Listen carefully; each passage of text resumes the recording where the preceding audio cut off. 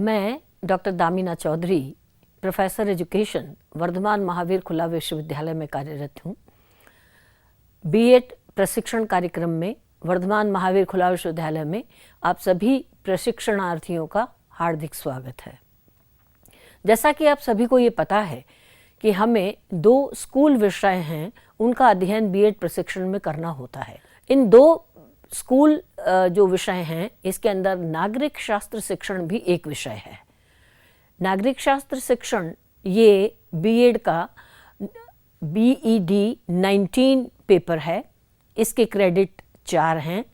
100 number का ये paper है, जिसमें कि 80 नंबर का पेपर जो टर्म एंड एग्जामिनेशन पर होता है और 20 नंबर का इंटरनल असाइनमेंट है, जो कि आपको करके देना होता है। इस कोर्स के चूंकि क्रेडिट 4 है, इसलिए 30 घंटा एक क्रेडिट को अगर हम पढ़ने का देते हैं तो 120 घंटे इसके अध्यापन के होते हैं। असाइनमेंट और टर्म एंड एग्जामिनेशन दोनों ही इसकी मूल्यांकन पद्धति का हिस्सा है। ये एक इलेक्टिव कोर्स है, अर्थात ये कंपलसरी नहीं है। जो हमारे पास में 18 विषय हैं, उन 18 विषयों में से आप कोई भी 2 विषयों को चुन सकते हैं। 30 अप्रैल तक आपको असाइनमेंट जमा कराने होते हैं, जबकि आप टर्म एंड एग्जामिनेशन देने वाले होते हैं उसके पहले जो अप्रैल का महीना आता है। एग्जामिनेशन सामान्यतया जून में ही होते हैं। इस कोर्स का जो माध्यम है वो हिंदी है। सेल्फ लर्निंग मटेरियल, अर्थात आप स्वयं इसको पढ़ करके ज्ञान प्राप्त कर सकते हैं। इसमें मल्टीमीडिया के साथ में इस पाठ्यक्रम को तैयार किया गया है। इसकी कोर्स कोऑर्डिनेटर मैं हूं, डॉक्टर दामिना चौधरी, और इसकी प्रोग्राम कोऑर्डिनेटर डॉक्टर कीर्ति सिंह हैं, और हमारे प्रोग्राम के कन्वीनर डॉक्टर RR सिंह हैं। अगर हम विषय संरचना की दृष्टि से इस पाठ्यक्रम को देखें तो इसके अंदर नागरिक शास्त्र शिक्षण, इसका परिचय, इसके उद्देश्य, पाठ्यक्रम, संप्रत्यय, मानचित्र व उपागम, ये सारी चीज़ें एक यूनिट के, एक ब्लॉक के आधार पर आती हैं। दूसरे ब्लॉक में नागरिक शास्त्र शिक्षण, पद्धतियाँ एवं उपागम, संचार माध्यम की भूमिका, ये आते हैं।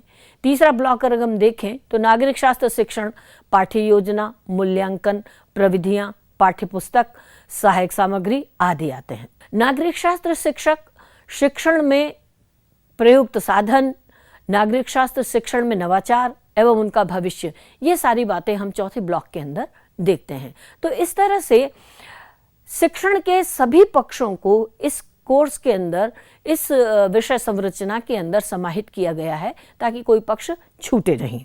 ये नागरिक शास्त्र विषय का अध्ययन करने के बाद आप नागरिक शास्त्र शिक्षण के अर्थ की व्याख्या कर सकेंगे, शिक्षण के लक्ष्य एवं उद्देश्य की व्याख्या कर सकेंगे, शिक्षण का विद्यालय पाठ्यक्रम में क्या स्थान है, क्या महत्व है, इसको स्पष्ट कर सकेंगे, शिक्षण के विभिन्न कौशलों और उपागमों के बारे में व्याख्या कर सकेंगे, शिक्षण की विभिन्न पद्धतियों की व्याख्या कर सकेंगे, शिक्षण की पाठ्य योजना के प्रकारों को समझकर विभिन्न प्रकार की पाठ्य योजनाएं बना सकेंगे, नागरिक शास्त्र शिक्षण की मूल्यांकन प्रविधियों का वर्णन कर सकेंगे, नागरिक शास्त्र इतिहास शिक्षण की पाठ्यपुस्तक की विशेषताओं को बता सकेंगे, नागरिक शास्त्र शिक्षण में प्रयुक्त श्रव्य दृश्य सहायक सामग्री को सूचीबद्ध कर सकेंगे और शिक्षक की विशेषताओं को बता सकेंगे, शिक्षण में प्रयुक्त संसाधनों के बारे में वर्णन कर सकेंगे, और सबसे अधिक जो महत्वपूर्ण है कि इस नागरिक शास्त्र शिक्षण में नवाचार क्या, किस प्रकार प्रयोग में आते हैं, उनके बारे में आप जानकारी प्राप्त करके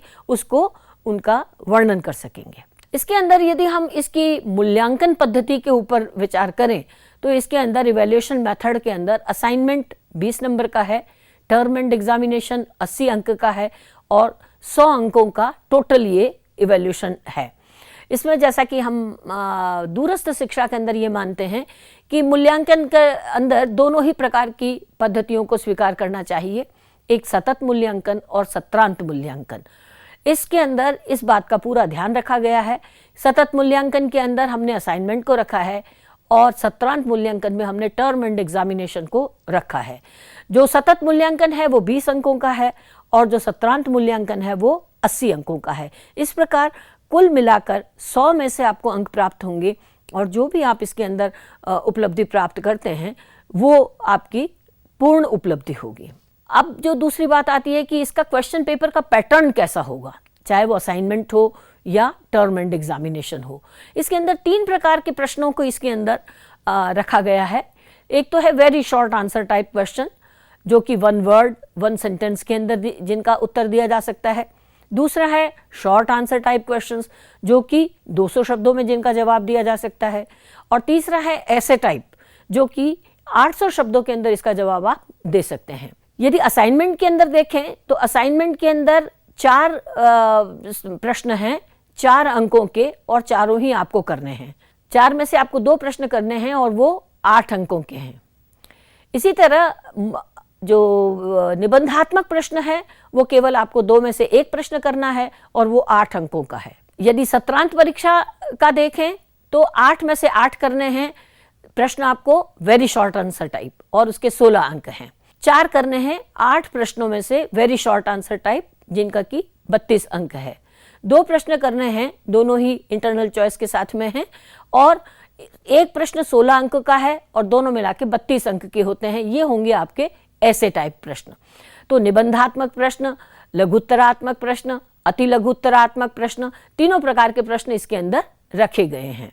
अध्ययन हेतु अगर पुस्तकों की बात देखें तो कुछ एक पुस्तकें हैं जो ठीक हैं, जिसमें डॉक्टर कमला वशिष्ठ और डॉक्टर यदु शर्मा की नागरिक शास्त्र शिक्षा प्रकाशन 2006, हरलॉकर भी आप ये पूरा देख सकते हैं स्क्रीन के ऊपर।